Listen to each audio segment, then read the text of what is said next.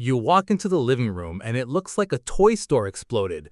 Blocks are everywhere, couch cushions are on the floor, and your toddler is wearing a colander as a hat. We've all been there. Right? And your first instinct is probably to panic or just start cleaning. But what if I told you that in that messy, chaotic moment, your child's brain is doing the most important work of its life? Welcome to the Rising Parent Podcast. In today's episode, The Importance of Play, Unlocking Creativity and Development, we are diving deep into why play isn't just a break from learning, it is the learning. I'm Tim. And I'm Edna. We are so glad you're here with us today. Just a quick reminder before we get into the good stuff. New episodes of the Rising Parent Podcast drop every Monday and Friday. So whether you're commuting, folding laundry, or hiding in the pantry with a piece of chocolate, No judgment here. we're here twice a week to help you navigate this wild parenting journey with confidence and grace. Now, let's get started.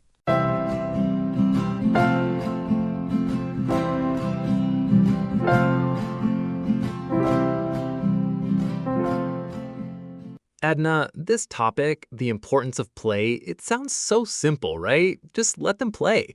But in our coaching sessions, we hear so much anxiety around this.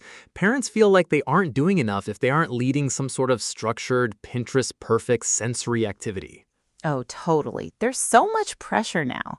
I mean, back when we first started out in early childhood education over 20 years ago, play was just what kids did.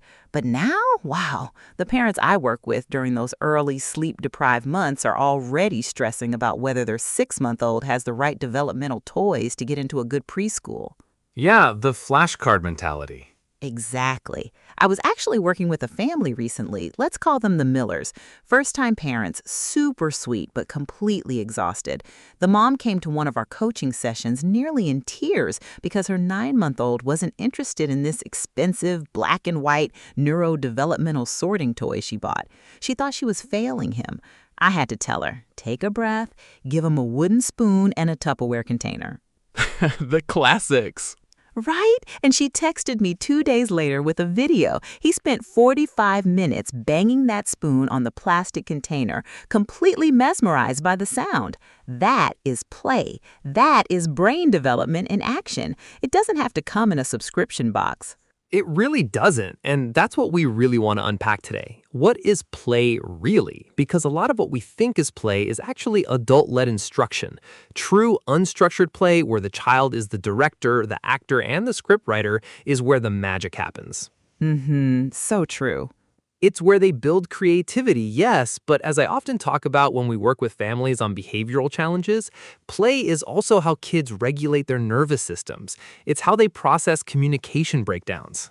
Let's talk about that, Tim, because when parents hear behavioral challenges, they usually think of timeouts or yelling or tantrums.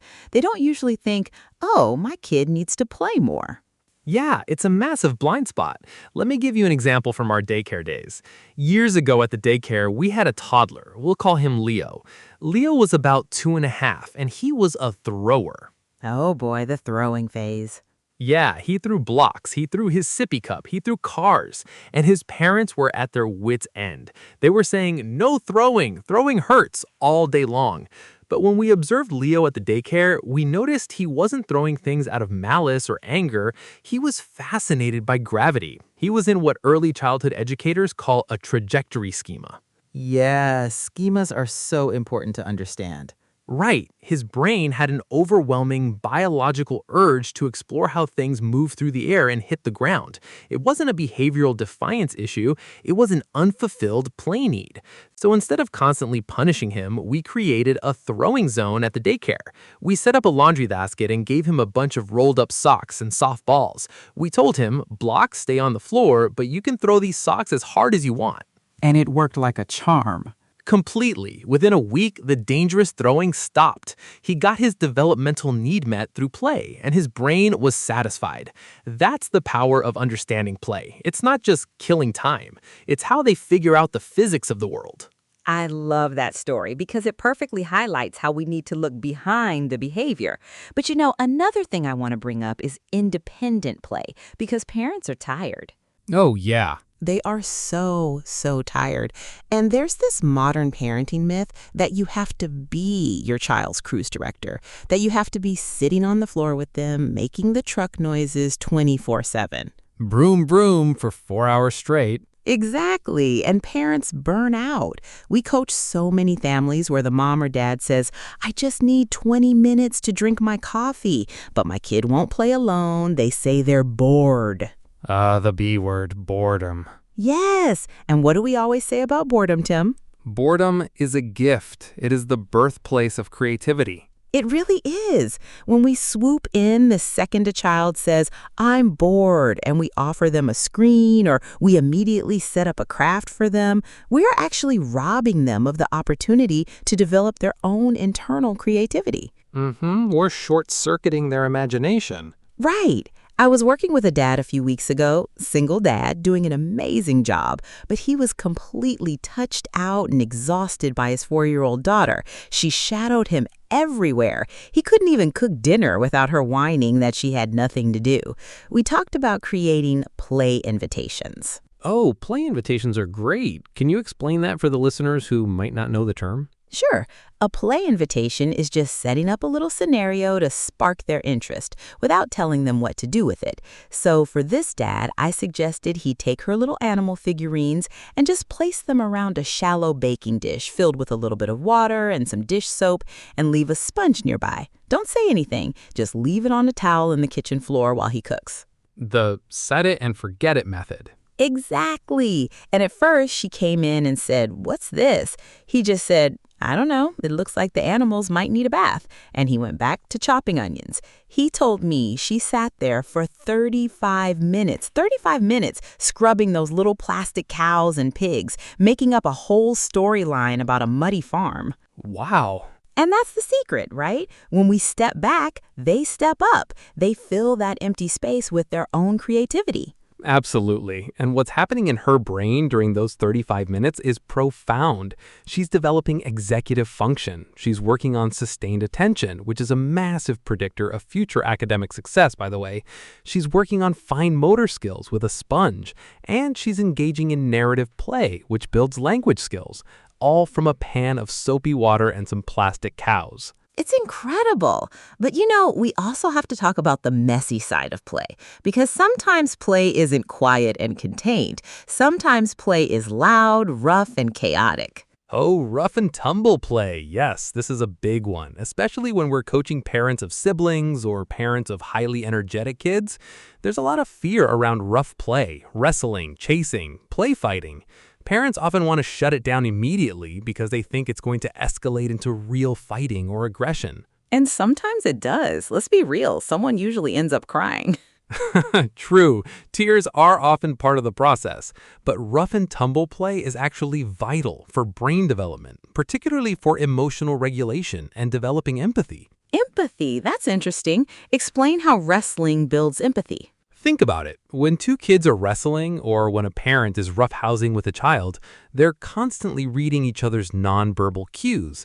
If I push a little too hard and my playmate winces or backs off, I have to instantly process that information, regulate my own physical power, and adjust my behavior so the game can continue. Ah, right. If I hurt them, the fun stops. Exactly. It teaches boundaries. It teaches them how to manage their physical bodies in space. And it teaches them how to take turns being the winner and the loser. I remember back when we ran the daycare, we used to see the kids playing monster. One kid would be the monster, roaring and chasing the others. I remember that. Yeah, and the key was that they would naturally rotate roles.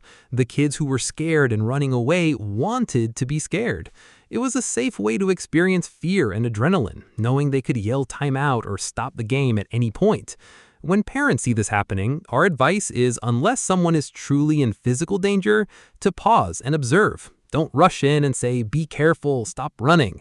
Just watch. You'll often see them navigating complex social contracts entirely on their own. That is such a good point, Tim. Safe risk-taking is a huge part of play.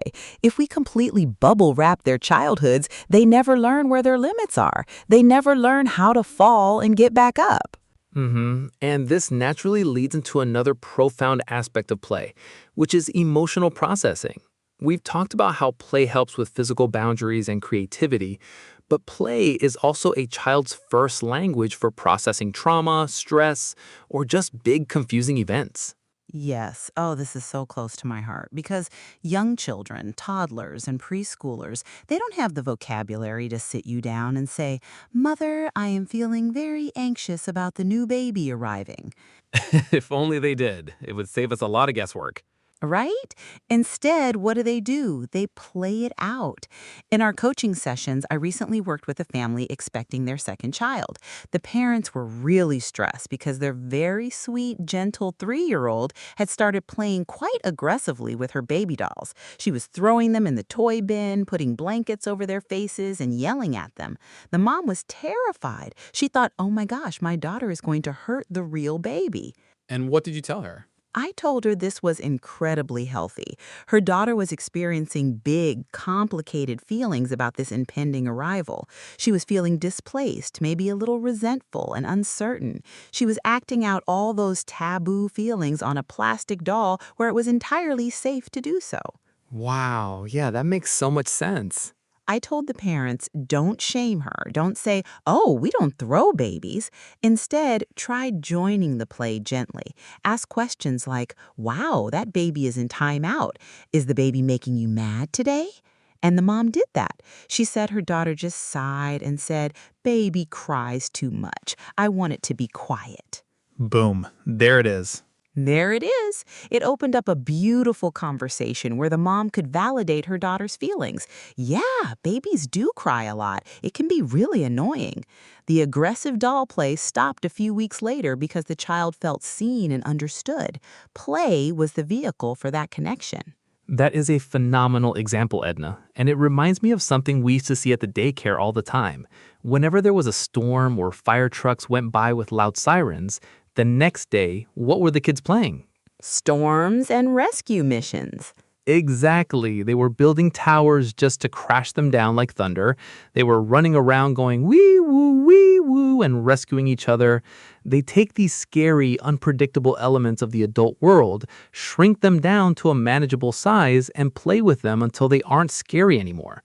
Play gives them a sense of control in a world where they have very little power. So true. And this is why we have to protect their playtime. We really do.